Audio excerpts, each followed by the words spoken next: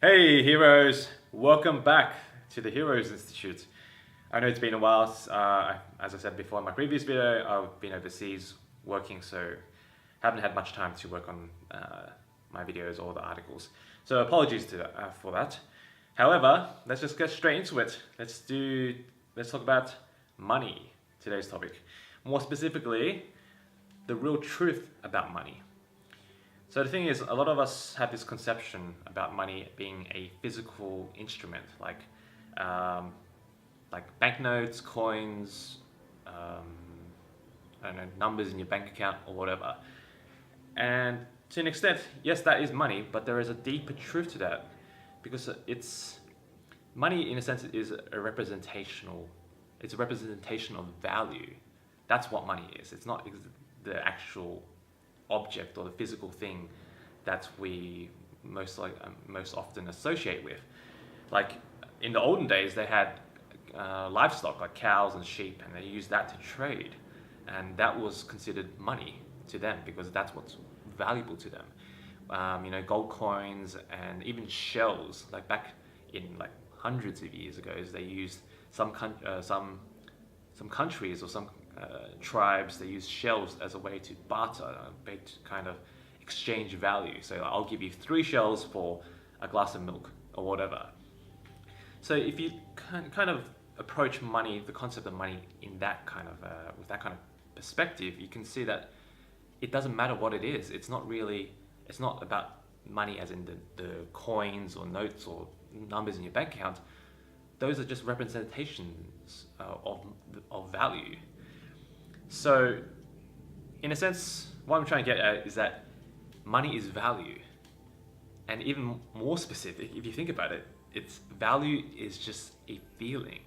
It's a positive feeling. And I know it's a bit of an abstract concept. So I'll give you some examples of what I mean by that. Because this is quite revolutionary. Once I found out about this, and I was kind of like, wow, money is just energy. It's just positive feelings that people trade, because at the end of the day, human beings are attracted to value. Whatever gives us a sense of value or a good feeling, we tend to want. So the examples I use, or I kind of think of, are like you buy a house, and that's cost a lot of money. So what do you exchange for that house?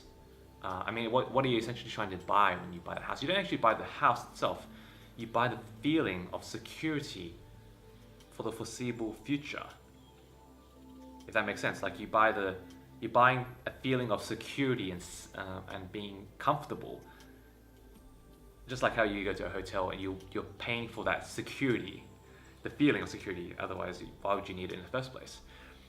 So even for food, like you can do it to any kind of commodity.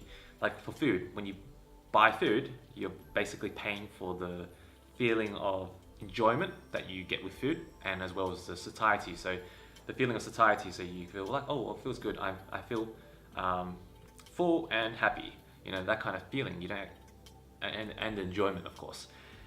So those are kind of like, okay, yeah, what's your point? But okay, this particular example drive home this point. Designer goods, like a luxury handbag, okay? Someone that buys that doesn't really buy the bag for its practical value, Like if you buy like a, I don't know, LV Chanel bag, what people buy these days, costs you like $5,000 for a bag, okay? And realistically, it only costs $50 to make, or less, even less. I don't know how much they make. They used how much it costs to make, but it doesn't cost $5,000 to make a handbag, okay? So what people are essentially buying in that case is they're buying the feeling of prestige and status that comes with, that label that says LV or Gucci or Chanel or all these other names I don't know, can't even pronounce. That's what people are buying. They're buying that feeling. So when they walk around holding their handbag or whatever kind of luxury good with the logo or they feel good. They feel a sense of pride and status that like, wow, I am worth something. So in a sense, they're not really buying the actual good. That's what I'm getting at. It's not it's the feeling they're buying. They're feeling the feeling of pride and all those kind of positive feelings. So when you so that kind of illustrates why we don't buy goods, or we don't exchange physical goods. We want the value behind it, inherent value, the intrinsic value of something that we determine, which is in most cases it's just the positive feeling that we derive from it. Let's talk about value first. The thing about value is it's subjective. So if I buy an iPhone, to me it offers substantial amount of value. I might say it's worth $800 to me, because you kind of gauge how much value are you willing to exchange to get this feeling. Because the feeling of if I buy an iPhone, I might have the feeling of wow, it's so cool, and I feel very efficient. I don't know what kind of feelings you get from an iPhone, but you feel like, wow. It's also the status thing as well. It's like, iPhone is so cool. Okay, so yeah, the point is that if I buy an iPhone, to me it's worth $800, but to someone else it might be like $10, because they don't really care about the iPhone, or they don't really need this kind of feeling. They don't care about the feeling of status, or being able to organize their life on a phone or whatever. So value in a sense is very subjective to the individual, and that's a key point I want you to kind of remember. So now, what's the point of this? What's the implications? So obviously, if it's about building wealth, everyone wants more wealth or more money. Who wants less money and less wealth? I mean, some people might be like I don't want as much money because it corrupts you or whatever. Because some people are just minimalists. They don't care about these superficial things, I guess. So the idea is if you want to be wealthy, you have to increase your value, and deeper or more purer, you have to improve or increase your positive feelings. And that's very abstract, because we're not trained to think like, oh, money is a feeling, but when you approach money as a feeling, you start to realize that the wealthiest people in the world exchange, or they provide the most positive feelings and value to everyone else. Like Steve Jobs creating the iPhone, it's like, wow, he changed the world. Everyone was like, oh my god, this is the greatest invention ever. All these the wealthiest successful people, they provide value. They don't provide goods, because, as I said, a handbag doesn't really offer practical value. They provide the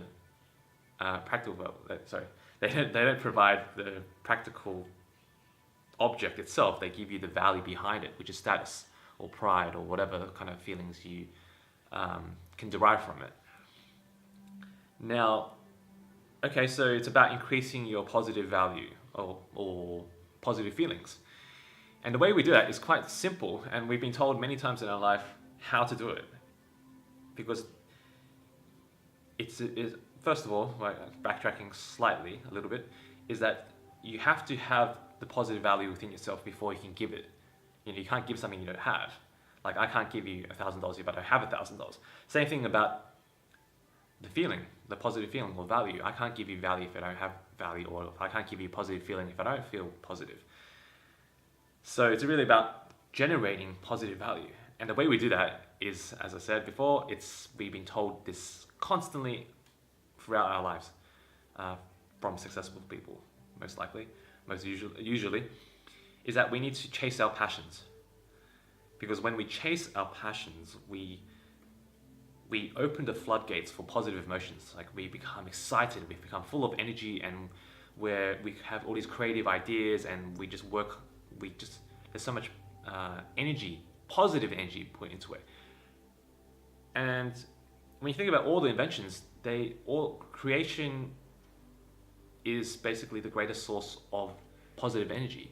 When you create something, when you kind of invest, when you follow your passions basically, and you invest in putting time into it, you bring out all this positive energy that you can transfer. Because it doesn't have to be just ideas. It can be like when you work on building a car or something like that. You're putting so much effort into it, you're putting so much passion, you're making it, refining it, and you're making it better and better. This is positive energy invested into a physical commodity that can be traded later on. Like even a painting, you work so hard on it, and then you can sell it because it just becomes a masterpiece. So if you chase your passions, or if you find something that generates positive feelings within yourself, and you focus on delivering it, like you need some kind of what I call like currency or kind of currency vehicle to transfer this value to someone else. So if I invest in, I don't know, a course, writing a book, creating a piece of artwork, this is my currency. This is the thing I'm kind of injecting or imbuing my positive feelings into this project or commodity that I can later on sell, and people will want to buy that because it's such an awesome thing, and they can derive a certain amount of positive feelings from it. I know this is kind of can be a bit mind-blowing in a sense, because we're not trained, as I said before, we're not trained to think like this. We don't see money as this feeling. But however, if you just start realizing that all you need is positive energy, you can start to find things that bring out this positive energy, whether it's doing exercise and just hanging out with friends and just doing things you love. This energy just comes out. It becomes like the status quo, your normal kind of way of operating. So you become a person full of positive energy, and when you do that, ridiculous things start to happen, because people are attracted to positive energy, and then it's just value. People are attracted to value, and then when they see that positive energy, they just come to you and they want to hang out with you. They want to be with you because you're just awesome, and everything you do just enriches their quality of life, and that's essentially what money is. Anyway, I'm rambling, so I'm going to finish up by saying that just chase your passions, which is we've been told many times, but really start to approach the idea of wealth as in a positive feeling. If I want to be wealthy, I just need to do things I love and just generate these positive feelings and focus it on something that can be transferred to someone else, to other people. I hope that makes sense, guys. If it doesn't, comment below, or read my article, which I'll put the link below as well. That probably makes it more clear, since I'm kind of rambling a lot. So thank you guys for watching. I hope you liked it, share it, and subscribe.